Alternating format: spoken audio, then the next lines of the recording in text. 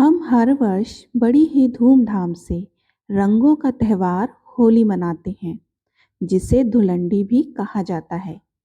उससे एक दिन पहले मुख्य होली का त्योहार मनाया जाता है, जिसे होलिका दहन भी कहते हैं। इसमें सुबह के समय लोग वहां जाकर पूजा करते हैं, जहां रात को होलिका दहन होना होता है और रात में हम उसका दहन कर देते हैं।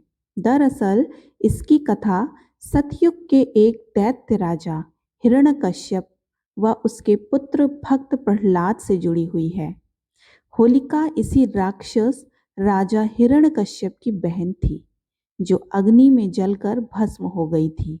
आज हम उसी की कथा व होलिका के बारे में जानेंगे। होलिका कौन थी?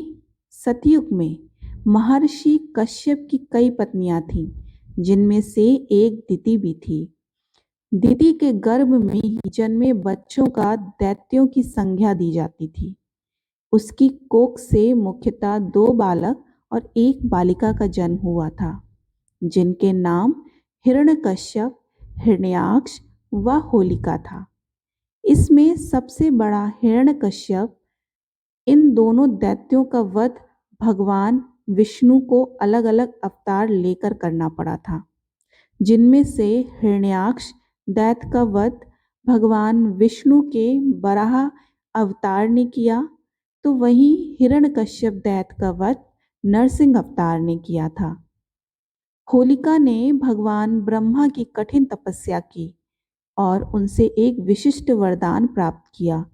दरअसल होलिका को भगवान ब्रह्मा ने यह वरदान प्राप्त था कि कोई भी अग्नि उसे कभी नहीं जला पाएगी। इसी के साथ ब्रह्मा ने कहा था कि यह वरदान तभी प्रभावी होगा जब वह इसे स्वयं की रक्षा करने या दूसरों की भलाई करने के उद्देश्य से उसका प्रयोग में लाएगी। इस वरदान को पाकर होलिका बहुत खुश हो गई थी। अब तीनों लोकों की अग्नि भी उसे जलाकर भस्म नहीं कर सकती थी। होलिका के छोटे भाई हिरण्याक्ष राक्षस का भगवान वराह के द्वारा वध हो चुका था। इसके पश्चात उसके बड़े भाई हिरण्यकश्यप ने भगवान ब्रह्मा से विचित्र वरदान प्राप्त किया था, जिस कारण कोई भी उसका वध नहीं कर सकता था। उसने तीनों लोकों पर आधिपत्य स्थापित कर लिया था तथा विष्णु को नकार दिया था। इसी के स्वयं उसने स्वयं को भगवान घोषित कर लिया, किंतु उसी के परिवार में उसका बेटा और होलिका का भतीजा प्रहलाद भगवान विष्णु का परम भक्त था। सभी उसके इस व्यवहार से बहुत दुखी रहते थे। हिरण्यकश्यप ने कई बार प्रहलाद का वध करने का प्रयास किया, किंतु हर बार भगवान विष्णु के द्वारा उसके प्राणों की रक्षा कर ली जाती थी। एक दिन हिरण्यकश्यप इसी चिंता में डूबा था कि तभी होलिका को एक विचार आया। वह अपने भाई के पास गई और उसके सामने प्रस्ताव रखा कि यदि वह प्रहलाद को अपनी गोद में बिठाकर अग्नि में बैठ जाए तो अर्थात सैनिकों की सहायता से एक बड़ी जगह पर चिता जलाई जाए और उस अग्नि में होलिका प्रहलाद को अपनी गोद में लेकर बैठ जाएगी। चूंकि उसे तो भगवान ब्रह्मा का वरदान प्राप्त था, इसलिए उसे कुछ नहीं होगा, लेकिन प्रहलाद उस अग्नि से निकलकर भागने ना पाए। इसलिए मैं उसे कस के पकड़कर रखूंगी ताकि वह वहीं जलकर भस्म हो जाए। हिरण्यकश्यप को यह प्रस्ताव पसंद आया और उसने ऐसा ही करने को कहा।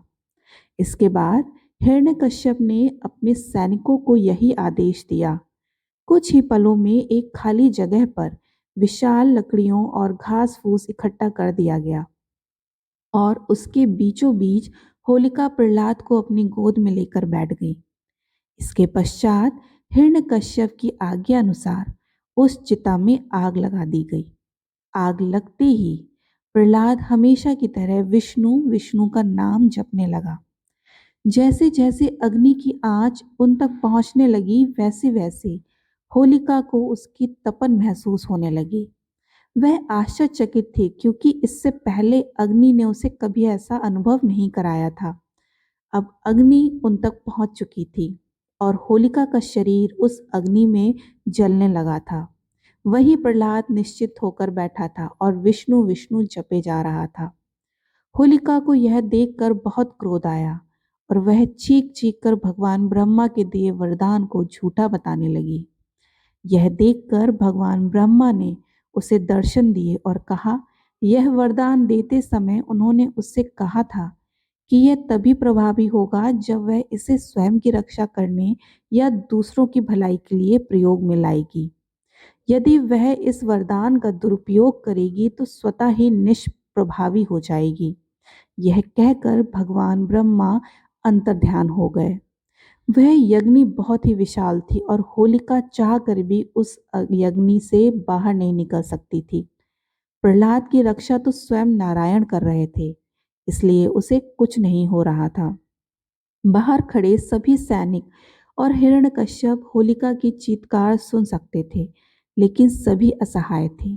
देखते ही देखते होलिका का शरीर उस अग्नि में जलकर भस्म हो गया, जबकि भक्त प्रहलाद सकुशल बाहर आ गए। इस प्रकार प्रहलाद को मारने का प्रयास में होलिका की मृत्यु हो गई। होलिका अग्नि में जल गई, परंतु नारायण भगवान की कृपा से प्रहलाद को कुछ भी नहीं हुआ। तभी से फागुन मास की पूर्णिमा के दिन होलिका दहन की परंपरा चली आ रही है और इस दिन होलिका दहन के रूप में लोग बुराई पर अच्छाई की जीत का जश्न मनाते हैं।